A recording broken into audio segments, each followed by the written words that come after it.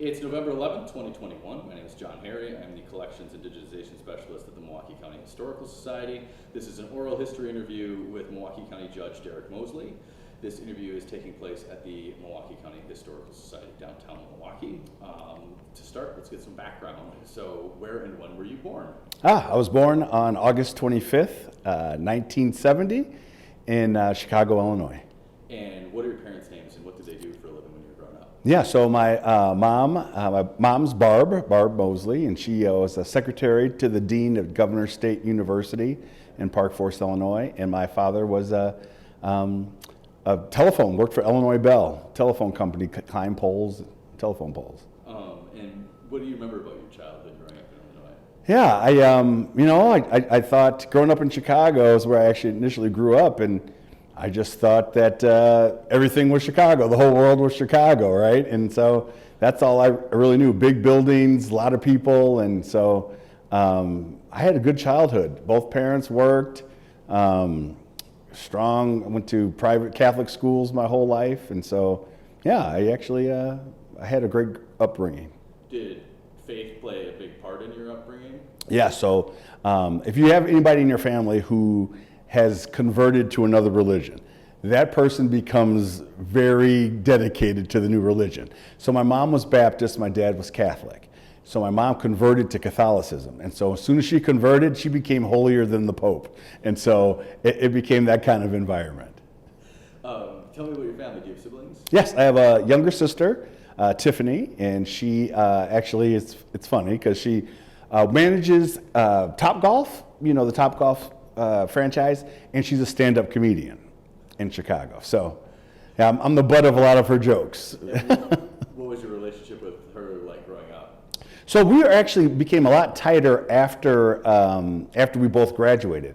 We were 7 years apart, and so we really actually didn't really grow up together. I babysat her a lot, but as soon as I left to come to Wisconsin, we really didn't have much of a relationship like that. And then after she graduated and I graduated, we're thick as thieves right now.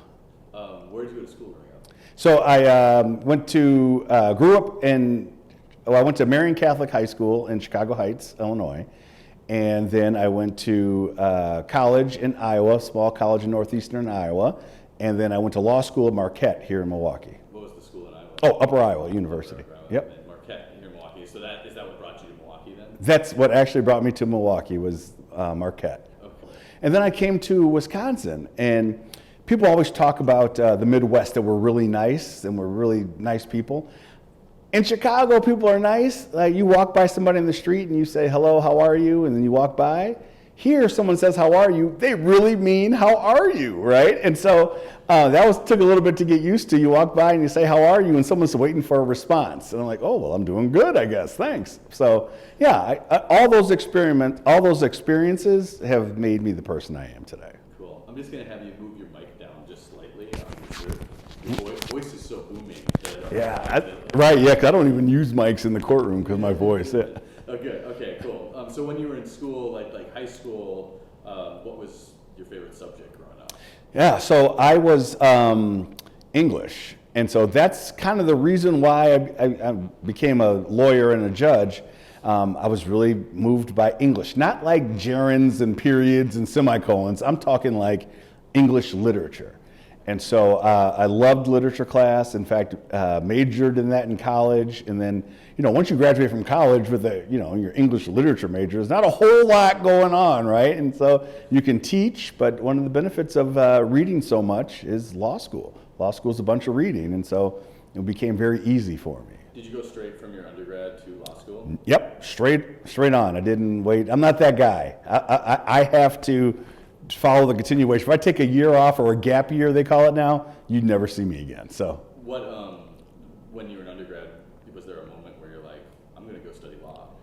Yeah, that's a great, I tell this story all the time, and I'm almost embarrassed to tell it, but so growing up as a kid, I was a latchkey kid. And so a latchkey kid is a kid who wears this key around his neck. Both my parents worked, so no one else was home. My sister wasn't born yet, so I would unlock the door, go into the house, close the door. And so essentially I was raised by TV, right? That's what all there was to do. And it wasn't like now with cable, it was like 3 channels. And so I remember watching a lot of TV growing up, and I saw a lawyer. There's a show that's still on TV today called Law and Order. And there was a black prosecutor on that show, and I'd never seen a black lawyer before in my life. And I saw that, and I saw what he was doing in the court, and I like to talk in front of people, and I was like, I want to do that. And that's what launched me on the journey for law, is just seeing a character on a TV show that made me want to be a lawyer. Wow. Before we get into more of your career stuff, being a big fan of English lit, do you have like a favorite book? Favorite book. That's actually interesting because I love Chaucer. I'm a big fan of Chaucer. I studied a lot of Chaucer. Dickens, Tale of Two Cities. Stuff like that. I like a little Shakespeare. Shakespeare's a little out there for me, but I do like a little Shakespeare. I like to read because it just takes me to a place, right? When you're a kid who grows up on the south side of Chicago, you don't get to see a lot of things that you see in those books of Dickens. You don't get to see London, and you don't get to see things like that. And so it was important to take me to another place. That's awesome. So you go to law school. What was it like at Marquette? Yeah, so that was crazy, right? So was that your first choice? Yeah, so it's interesting. I applied to all the law schools in Chicago, so DePaul, Loyola, University of Chicago, all of those. And my mom said, you need to leave Chicago again. She said, law school is a little bit different than undergrad, and you're not going to be able to hang out with your friends, all night and then go to law school. So being Catholic, Marquette was already on the radar. And so I had a bunch of friends who went there for undergrad, and so it was a nice little transition. They were like super seniors, and I was going to be a first-year law student, so we lived together first year, and I just fell in love with this place. What was it like your first class in law school? Like, what was that like for you? Yeah, so that was intense because now in Iowa, I went to school. I was one of few black students, that actually were in the school. At Marquette Law School, I was one of the few black students that were in the entire school, right? And so for law school, because law school at that time wasn't very diverse, there was about 8 of us in my first year class, and we graduated with just 5 of us. So that first class, you walk in, you're in this classroom, and you look around, and you may be the only student of color in the classroom, and it was intense. And law school is taught by a method called the Socratic method. And Socrates made it famous. And the way it works is a teacher has a concept, makes a student stand up, and then you are grilled for the entire session. So if the class is 50 minutes, you stand up and the teacher grills you about whatever you read the night before. And so that was an intense experience, to be standing up in front of your people you don't really know and being grilled by this professor about something you were supposed to read. Did you know before class that you were going to be it, or were you chosen at random the next morning? Oh no, you're just chosen at random. So they make sure so you got like 12 cases to prep the night before. And you don't know which case they're going to pick, so you're prepping all these cases, trying to know the ins and outs of them. And then you sit in that classroom, they say, Mr. Mosley, stand up. And you stand up, and then it's just boom, boom, boom, boom, boom, question after question after question. And, and what the best part about being a lawyer is you're taught how to think on your feet.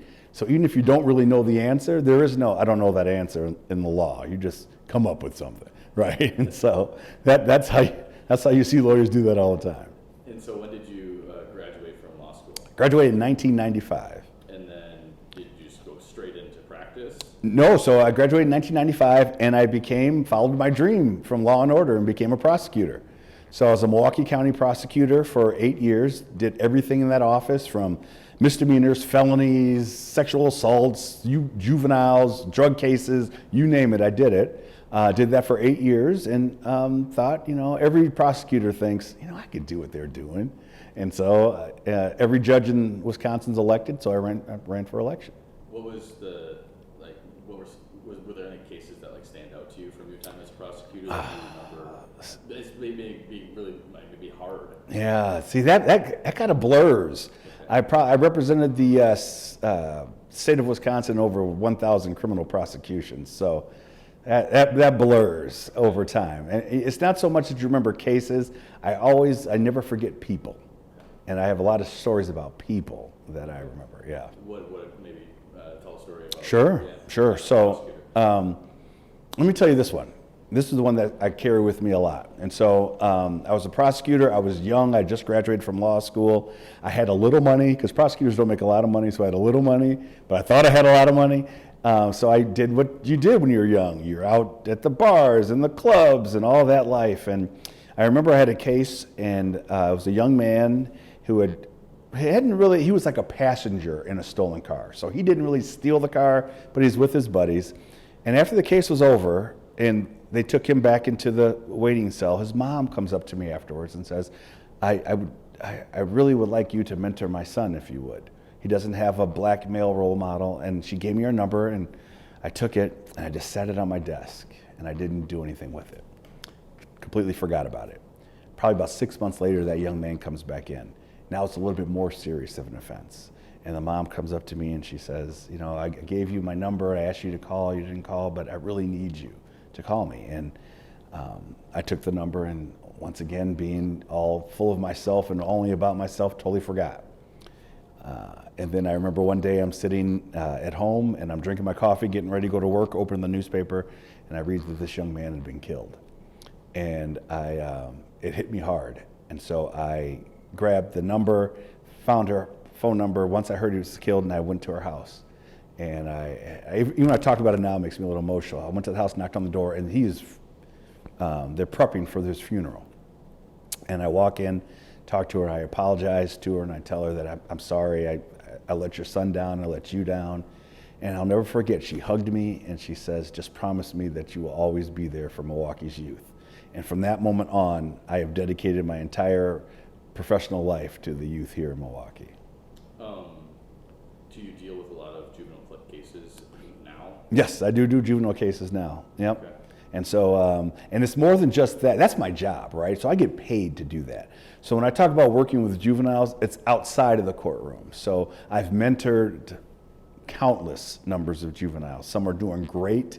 Some are still struggling through it. And so I made a promise to that woman, I'll never stop doing that. Are you part of any organizations that do youth outreach? Oh yes, yeah. So I'm on the board of the YMCA. I'm on the board of several schools here. I'm on the board of Divine Savior Holy Angels.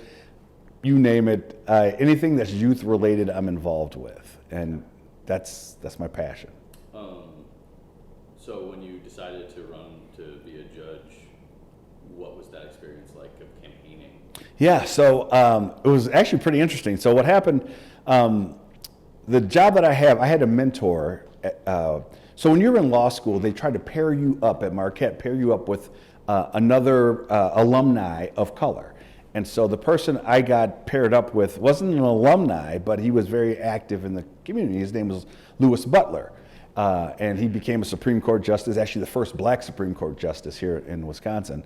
But he was my mentor, and he had the seat that I sit in now, and he said, you know what, I'm making my move to the Supremes, to the Supreme Court, and I think you should run for this seat. So I was initially appointed to the seat.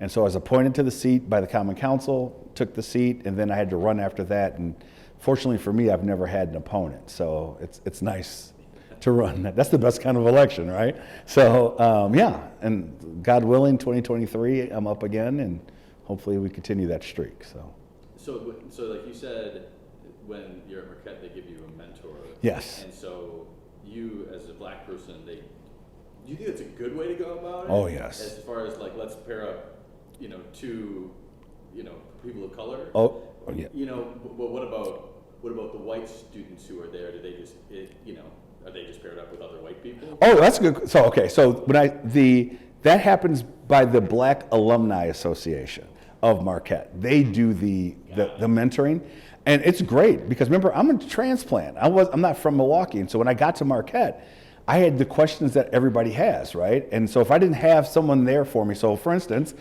then I had hair. Right? And I said, where can I get my hair cut? And so all my white friends would say, oh, go to Frank, he's over on campus. And I walked in there and he looked at me, he's like, oh no.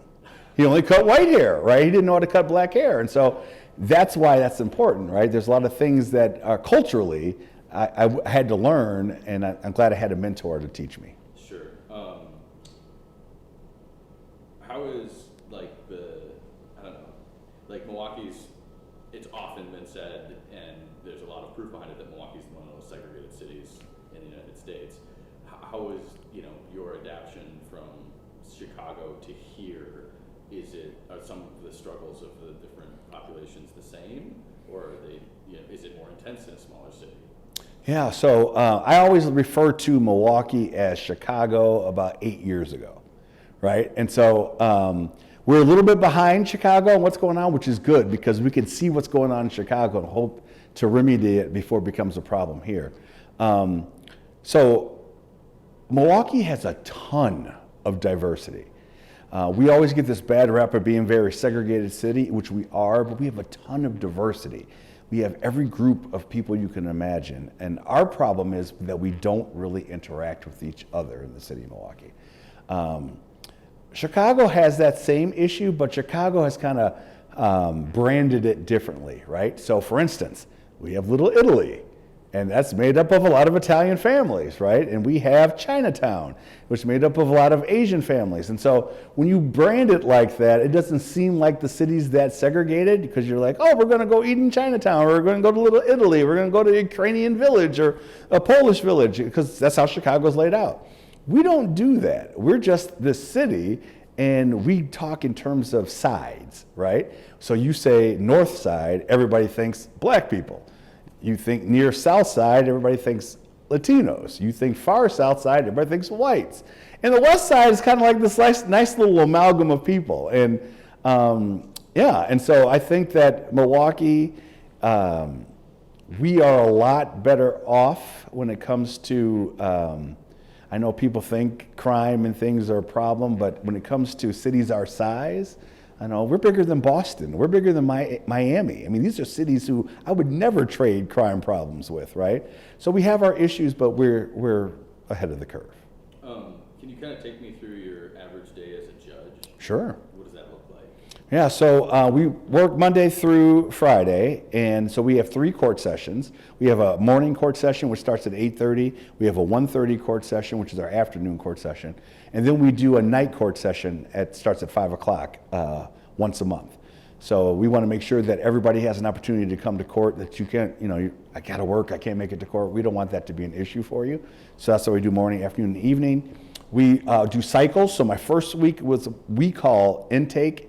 So basically the way it works is an 8-week cycle. When an offense happens, 8 weeks later, it's in my court, right? And so in that period of time, everything that happened 8 weeks ago today is coming into my court today. And so the way it works is we have that first week of initial appearances where people are coming in to see the judge, and I tell them, hey, you're here for disorderly conduct. It carries this as a fine. What would you like to plead? Guilty, not guilty, no contest. If they plead guilty or no contest, the case is over. They're gone.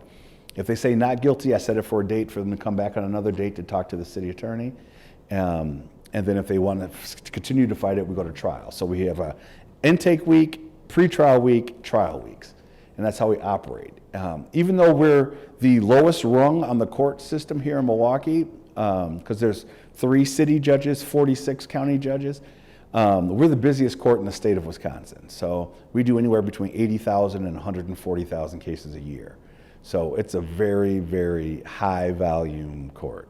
So everything would blur together at a certain point. Everything starts to blur, right? So I'll have, like, for instance, this morning on my calendar, there were probably about, I don't know, maybe 212 cases this morning. And this afternoon, I have another 200 to 300 cases. So, yeah, so when I say it blurs, that's how it kind of blurs. I mean, you say that, so 2 things come to mind. And one is that, is there something with our legal system that is making the caseload so high? Is it a good way to, like, promote the world? Yes. Well, if you live here in Milwaukee, one of our biggest problems right now is the reckless driving issue, right? And so you've seen people blow stop signs, you've seen people blow stoplights. So that's the biggest volume of our cases right now, because law enforcement, the police department is really putting a focus on it. And I just saw a statistic that said for the month of August, July and August, they wrote 13,000 traffic tickets. 13,000. And so they have to go somewhere, and that somewhere is me. And so they come to our court. So that's why it's really high volume right now. Wow. So do you think, that must take the focus then off of other problems within the city? But that's how everything works, right? Whatever's the focus. So just a couple years ago, everything was heroin. Everything was heroin. And we got to focus, crack down on heroin. Heroin's a problem. We got to get people into treatment. Before that, it was crack. Crack cocaine is terrible. We got, so that's how it just, it's a cycle. Whatever's the flavor of the month, they go after, and that's what makes our calendar fluctuate. Okay. I want to cover, the biggest issue, nationally is the pandemic. Yeah. You could argue. So what was I know you contracted COVID-19, so I don't want to talk about that, but let's kind of go before that. And do you remember your first memory of COVID? Yeah, well, my first memory of COVID, so I am a kidney transplant recipient. So I received a transplant in 2016. And once I got that kidney transplant, I'm now naturally immunosuppressed. I constantly take immunosuppression medication so that I don't reject that kidney. But being immunosuppressed makes me vulnerable to COVID and a lot of other things, but COVID being the one that's deadly, right? And my memory was the courts, we had heard about COVID and we were aware of it, but remember the dialogue about COVID was, well, there are 2 people on a plane from China, or it's on the East Coast or the West Coast. And so you really didn't think about it that way. So we were doing business as usual. People were coming right up to the bench, we're talking face to face.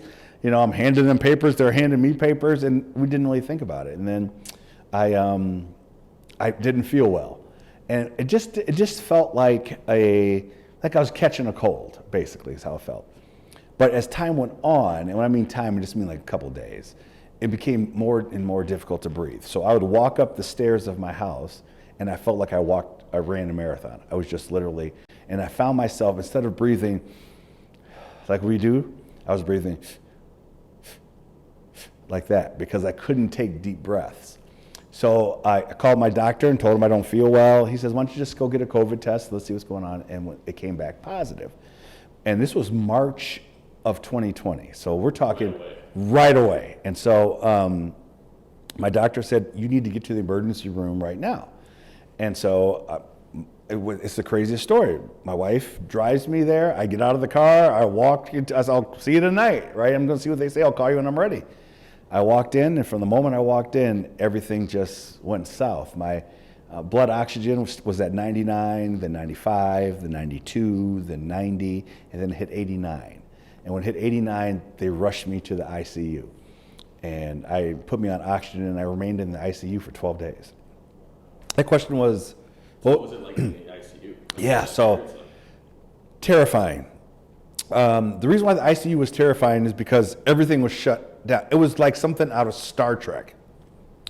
The doors were hermetically sealed, so they opened up like the Starship Enterprise kind of thing, right? Everybody who came into the room, full garb.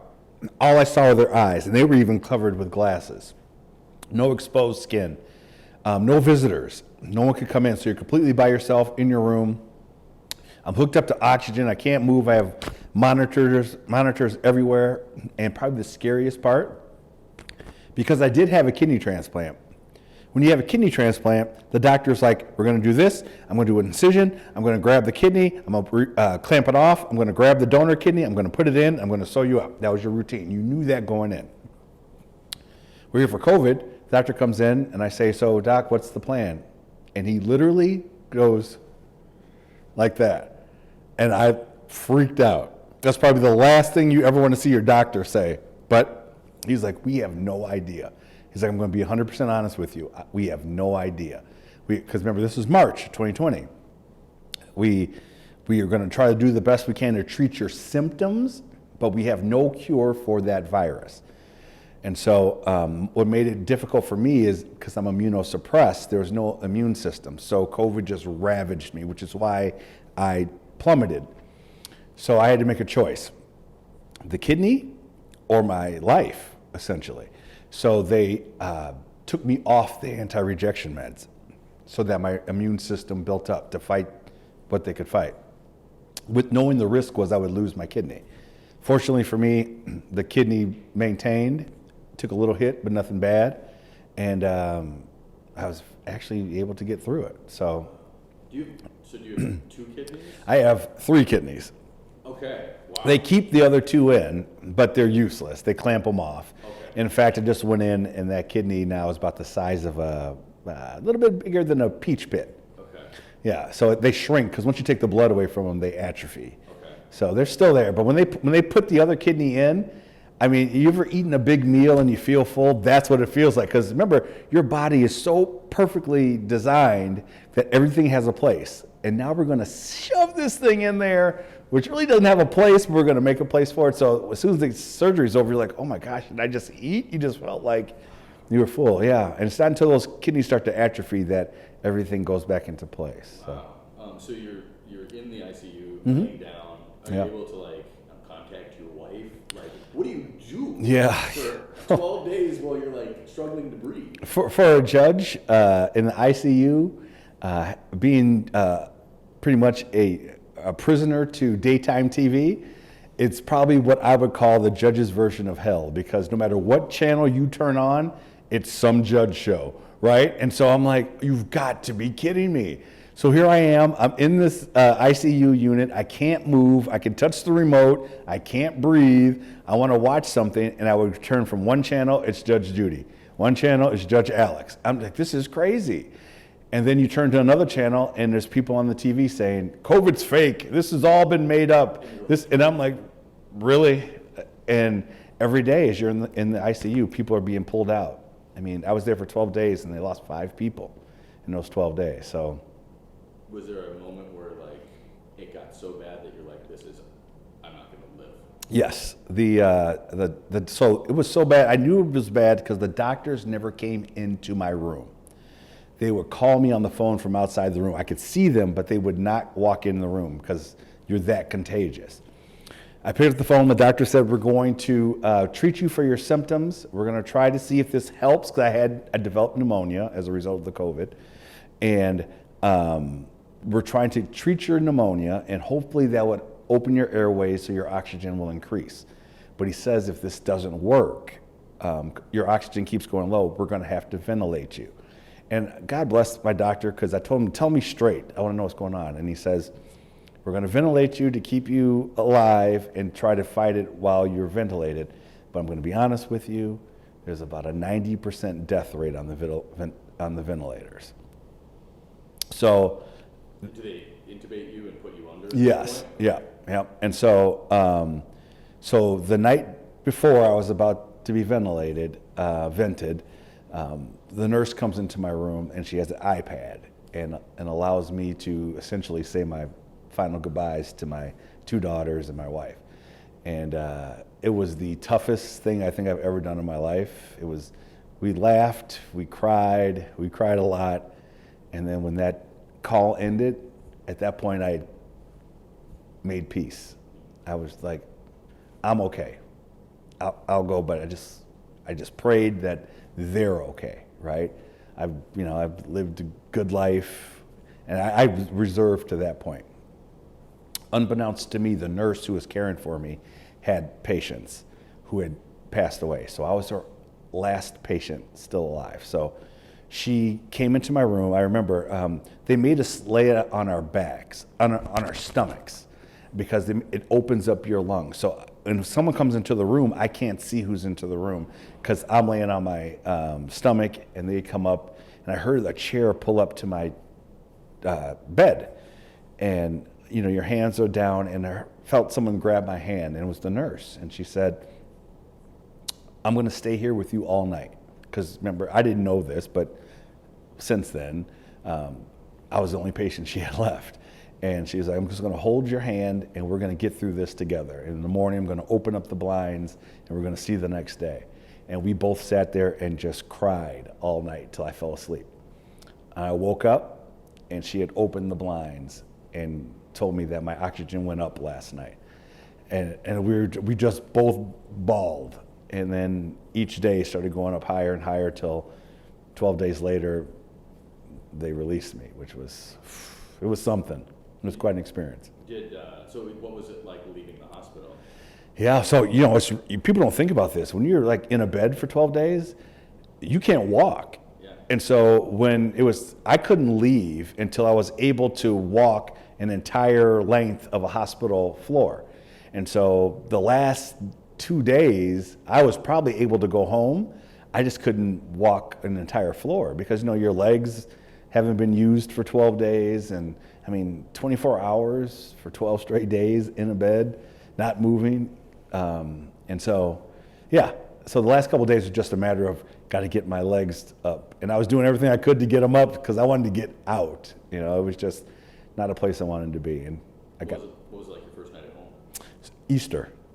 It was Easter. Oh, it was Easter. Right. So it was almost like, the whole Easter, right. It was almost like, and it was a really crazy story because I got up on Easter Sunday and I wrote this piece on Facebook about my experience and about this nurse who I didn't know her name. I didn't know anything about her and how she saved my life that night because I had, at that point, given up. I figured it was like, it's done.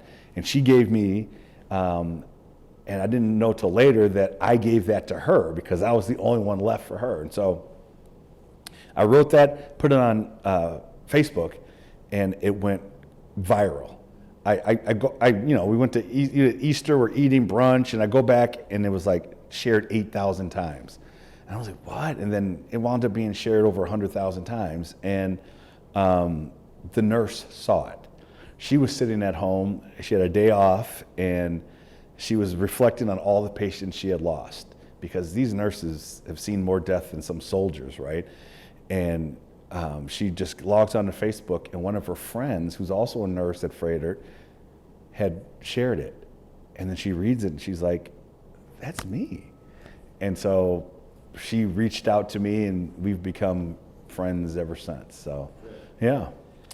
What was it like then? So this was really early on, Really? before it even got like hyper politicized. Mm-hmm. So what has it been like for you as somebody who's immunosuppressed, who had basically the last rites given? Mm-hmm. What has it been like to see such conflict between what's good and bad in public health? Right. It's completely frustrating. And it's frustrating because, when you're in the mix, and you see the death going on, and then you see these nurses. So, for instance, the nurse who helped me, the same time, she had not seen her husband for at least a month because she was so fearful, because he's immunosuppressed, so fearful that she would bring something home to him that they lived separate.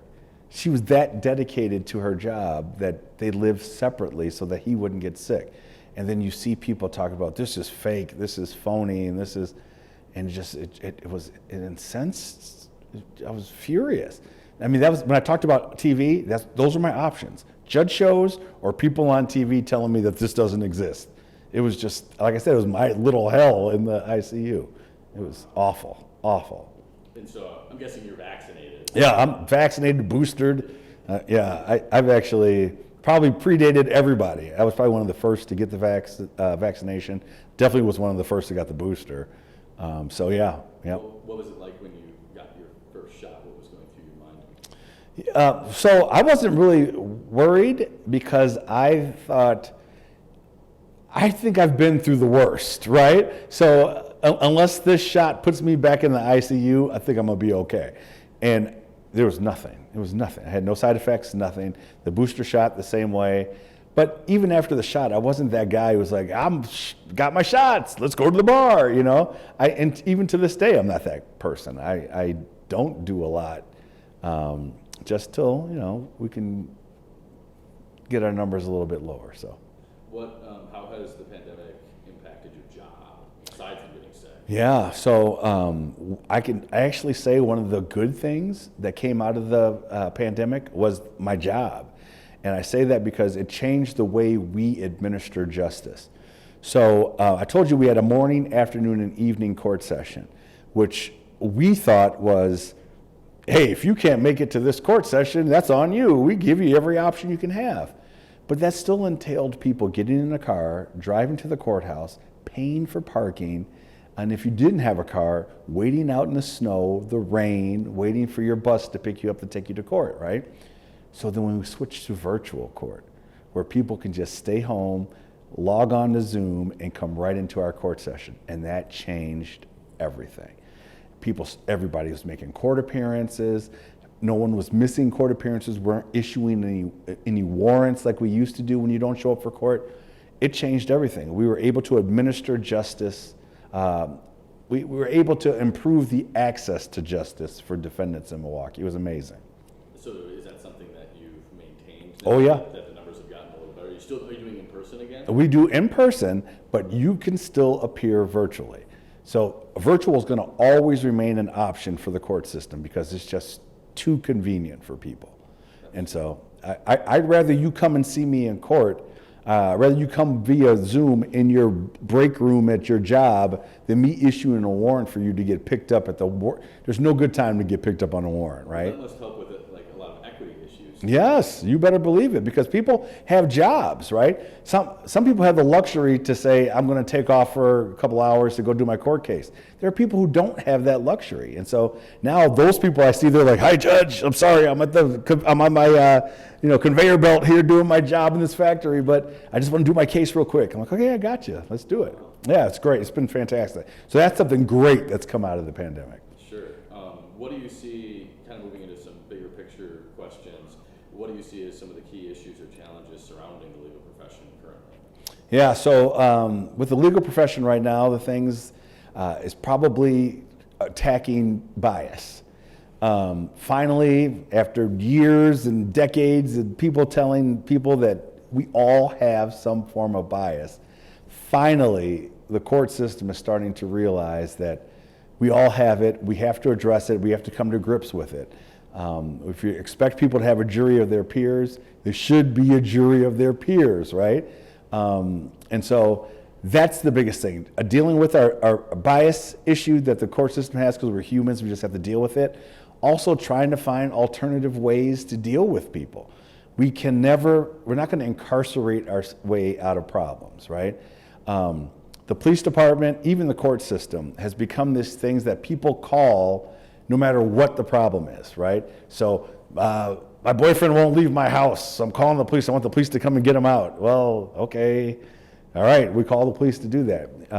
Or my uncle's here and he's mentally ill and he's threatening, and there's a lot of things that we can deal with differently. Maybe we don't have to send a police officer to that call. We send someone who's a licensed therapist who knows how to deal with the mentally ill. And so I think reform of our system is the thing that we have to deal with the most, because we are not going to incarcerate our way out of the problems that we have today.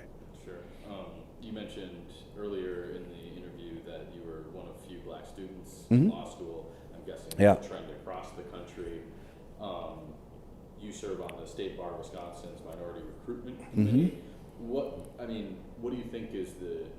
Why do you think that is, and what are the challenges, and how do you make the I guess you're talking about like representative of your peers, representative of you in the courtroom. How do you make that more equitable? Yeah, to be honest, which is great, is that I think that since '95, when I graduated, the numbers of the law students of all students of color has increased 3 times than it was when I was there. And I think it's a factor of becoming more welcoming, if you will. So let me tell you what we do like at Marquette. So if you are a student of color and you get into the law school, you will get a call from an alumni of color to say, I'm Derek Mosley. I'm a judge here in Milwaukee. I went to Marquette. I see that you live in San Diego and you got into Marquette, and you probably don't know much about Wisconsin, which I lived in Illinois. I didn't know much about Wisconsin. And so I'm assuming you didn't know much. Well, let me tell you, Wisconsin's a great place. We're on this great lake. Milwaukee's fantastic. Museums, festivals. When people feel like they belong, or they feel like people want them to belong, then it changes everything. We were all hyped up on diversity. So in 1995, it was about, let's get as many students of color as we can. Well, that's great. But if those students of color don't feel like they're included or a part of it, then it doesn't make any difference. They wash out. They're like, I don't want to be here. Wisconsin's not for me. And so that has increased. In fact, I think the largest group of students of color in law school right now is black women. And so that's fantastic, right? It's absolutely fantastic. So we just hope those numbers get better. I mean, I'm a judge in Milwaukee. There's 5, let's see, in the state of Wisconsin, there are roughly about 512 judges in the state of Wisconsin. and there of African American judges in the state of Wisconsin, there are 10, right? And yeah, so, and then you talk about Latinas, or Latinx, even less, Asian, even less. And so we're getting there. Wisconsin's getting there, and we're that state, though, that the vast majority of the populations of color live in southeastern Wisconsin, right? And so outstate, it's a little difficult, because I know I'm not moving up, I'm not going to move to Wausau, right? And so we're going to try to do our best to diversify the bench as best we can. Sure. So we're a museum. We put on exhibitions. Mm-hmm. This is my favorite question to ask is if we were to put on an exhibition and there was a Derek Mosley section in it. Yeah. What is the object or artifact from your life or profession that you would pick to represent yourself? Food. Yeah, food. So I don't know if you know, I'm a huge foodie. And so I do a food blog. I got a couple food blogs. One's called MKE Food Court. And so I try to, and here's why I'm a huge foodie. And yes, it would be food, definitely. And the reason why it would be food is because of all the things that make us different. So whether it be skin color, whether it be nationality, whether it be sexual orientation, whatever it is that makes us different. The one thing that makes us the same, the one thing that we all need to live is food. And I found in my experience that you could have some pretty great conversations over food. When people are eating, they're disarmed, right? You're eating, you're comfortable, you're in a comfortable place. As opposed to sitting in a boardroom and we're going to talk about race, and everybody's like, oh, here we go, right? And so food seems to disarm people and allows conversations to happen. So I use food a lot because I teach a lot. I teach a lot about implicit bias, unconscious bias. I teach a lot about those types of topics, and I love to do those topics over food because people are, like I said, they're disarmed. You have a sort of comfort zone. That's why a lot of people like to have lunch meetings, because you have a lunch meeting because you're comfortable, right? You're comfortable with that lunch meeting. So food would probably be it. If you ask anybody about me, food would probably be it. But boy, if I had to think, it's man, maybe a cell phone, because I'm attached to my cell phone. I tried to be this person that the one thing I've learned about communities of color is that we find ourselves represented in the legal system disproportionately than any other group. But we're also the group that knows the least about the law. And so I try to use my platform to inform as many people as possible. So not only do I use my food blog to try to get different people to go to different places, there's great Jamaican places, there's great East African, West African food, just to get people to try other places. I use that social media platform also to tell people that, no, you cannot. No, yes, you have to have 2 license plates on your car. You can't have a Packer plate in the front and a regular plate in the back. You have to have 2 of the same plates. And no, you can't pass on the right. And yellow actually means stop. It doesn't mean speed up before it turns green, before it turns red. And so I try to use that platform to teach people. And I use humor that way too, because people, when they laugh, they listen more than when you preach to them. So, yeah.